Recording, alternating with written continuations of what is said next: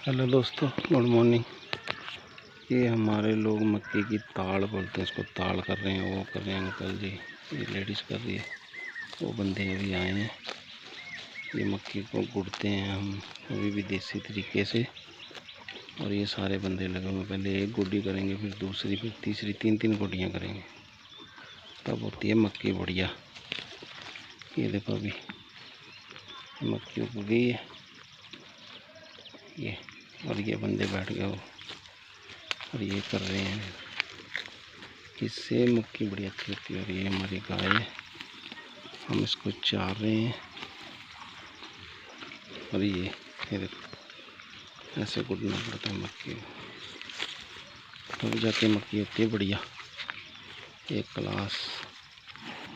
आप ऐसे ही वीडियो को देखते रहें, अच्छी लगे तो लाइक और सब्सक्राइब ज़रूर करें। धन्यवाद।